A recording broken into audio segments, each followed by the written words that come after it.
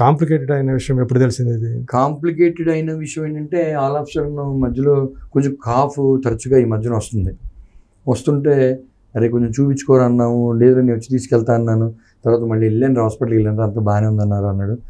ఈ లాస్ట్ 3-4 మంత్స్గా జరిగిన అంటే వాడి హెల్త్ ఇష్యూస్ ఏదైతే వాడు ఫేస్ చేస్తుందో ఏదైతే ఉందో మాకు చెప్తే మా ద్వారా అమ్మా నాన్న గెలుస్తుందేమోనో, లేకపోతే మేము ఇక్కడ కంగారు పడి మేము బాధపడతామనో తెలియకుండా వాడే చాలా పెయిన్ తీసుకున్నాడు. వాడు ఇది తనలో జరుగుతున్నది చెప్పుకోలే, అనారోగ్యం గురించి ఎక్కువగా వాడు పడే బాధని, వాడు తీసుకున్న పెయిన్ని బయటికి వ్యక్తపరచలే.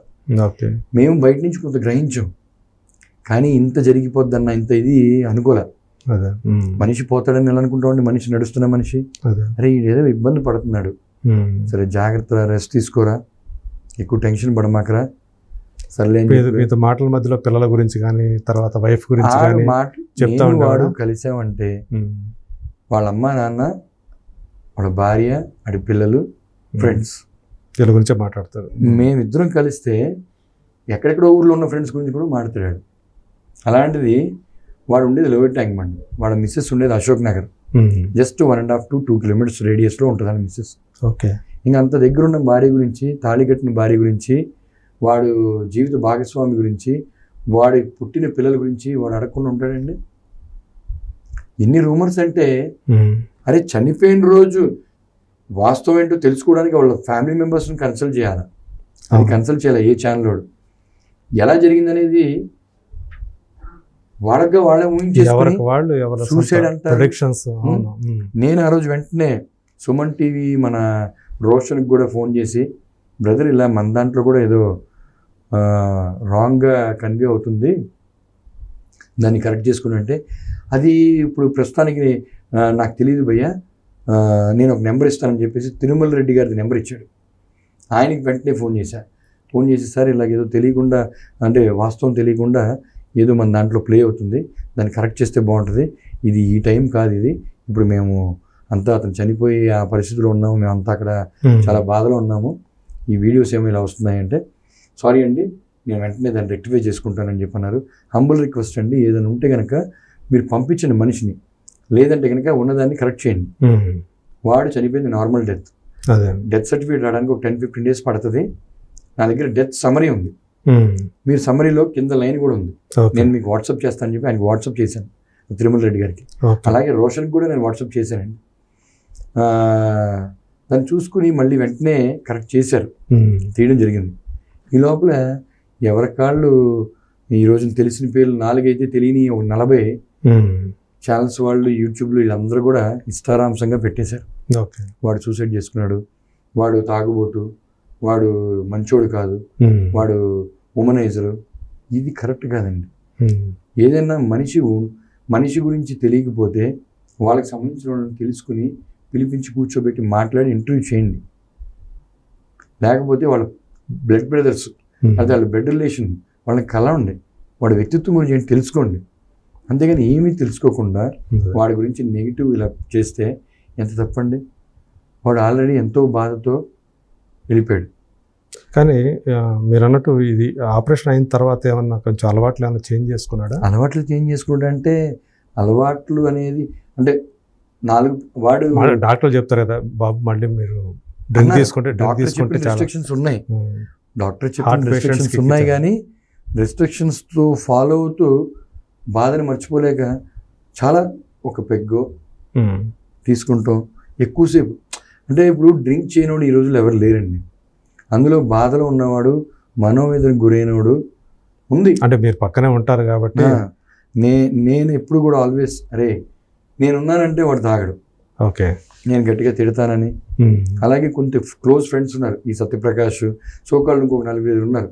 మేము వెళ్ళామంటే వాడు తాగడు, వాడు తాగుతానన్నా మేము తాగలేము, ఎందుకంటే వాడి హెల్త్ కండిషన్ మాకు తెలుసు కాబట్టి. అదే తీసుకున్నా కూడా అది వరకు అయితే అతను హెల్తీగా ఉన్నప్పుడైతే మీరంతా హెల్తీగా ఉన్నప్పుడు ఓకే, హెల్తీగా ఉన్నప్పుడు ఎంజాయ్ చేసాం, ప్రోత్సాహంతో అందరం సరదాగా అందరం తాగేది, దానికి ఏమీ అదేం లేదు. కానీ బట్ ఎప్పుడు కూడా మేము హద్దులు మేరలేదు. మా ఆరోగ్యాన్ని పాడు చేసుకుని మేము ఇబ్బందులు పడి మేమందరికీ బయట మేము వేరే వాళ్ళతో చెప్పించుకునే అంతలాగా ఎవరికీ లేవు. మేము ఎప్పుడు మా లిమిట్లో మేము ఉన్నాం.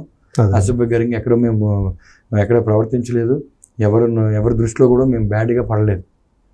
అలాగే వీడి గురించి ఎంత బ్యాడ్ అంటే చెప్పడం అందరూ ఏదో వాళ్ళే దగ్గర నుంచి చూసినట్టు, వాళ్ళ ముందరే వాడు ఏదో మందు బాటలు కొనుక్కుని వెళ్ళినట్టు, వాడి ముందరే సిగరెట్ పాన్ షాప్లో సిగరెట్ ప్యాకెట్లు కొనుక్కున్నట్టు, సిగరెట్లకి ముందుకి వాడి ముందరే వీడేదో మెడికల్ షాప్ నుంచి తెచ్చుకుని ఒక అమ్మాయిని కూడా తీసుకెళ్ళిపోయినట్టు మాట్లాడుతున్నారు. ఇదా చనిపోయిన వాడి గురించి మీకు తెలియదు, బతుకున్న రోజుల్లో మీరు వాడిని కన్సల్ట్ చేయలేదు. మీకు కన్సల్ట్ చేసిన వాళ్ళ మదర్నో ఫాదర్నో ఎవరినైనా ఫ్యామిలీ మెంబర్స్ని కన్సల్ట్ చేస్తే వాస్తవాలు తెలిసాయి. వాడు కొంత డ్రింక్ అనేది అలవాటు ఉంది, నేను లేదని అన్నాం, కానీ మిగతా ఏవైతే చెప్తున్నారో అవన్నీ అవాస్తవం అండి.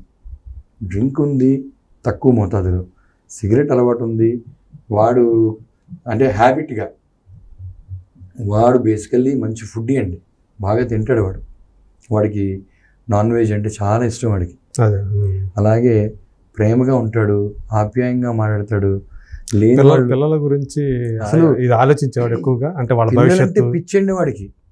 పిల్లల గురించి ఆలోచించడం కాదండి, వాడి గురించి ఎవరో తప్పుగా మాట్లాడుకున్నా అందరూ కరెక్ట్ చేసుకోండి. పిల్లల గురించి వాడు ఆలోచించినంత మా సర్కిల్లో మా ఫ్రెండ్స్ మా పిల్లల గురించి మేము ఎంత ఆలోచిస్తామో అంతకుమించి ఎక్కువ ఆలోచించేవాడు. ఇన్ఫాక్ట్ అందరూ కూడా పిల్లల గురించి, ఎందుకంటే తనేమో తల్లి దగ్గర ఉంటారు, తను దూరంగా ఉంటాడు. ఎవరికైనా ఉంటుంది కదా, ఎలా పెరుగుతున్నారు ఏంటి వాళ్ళు చూడాలని, వాళ్ళతో మాట్లాడాలని. వాళ్ళ తల్లిదండ్రులు పెంచిన వాడు పెరిగిన వాతావరణం, వాళ్ళ అక్క అవ్వచ్చు, వాళ్ళ చెల్లి అవ్వచ్చు, వాళ్ళ అన్నయ్య అవ్వచ్చు, వీడి కానీ అందరూ మంచి స్థానంలో ఉన్నారు. ఎటువంటి ఫ్యామిలీ డిస్ప్యూట్ లేదు వాళ్ళకి. వాళ్ళ మదర్ సైడ్ కానీ వాళ్ళ ఫాదర్ సైడ్ కానీ ఎటువంటి ఫ్యామిలీ అఫైర్స్, ఎటువంటి డిస్ప్యూట్స్ లేవు. వాడి పర్సనల్ లైఫ్లో ఎందుకు వచ్చింది అంటే వాడు బ్యాడ్ లక్. అంటే పెద్దవాళ్ళు ఏమన్నా వీళ్ళిద్దరిని కలపడం కోసం ఎన్నోసార్లు ప్రయత్నించారు, వాళ్ళ తరపున ప్రయత్నించారు.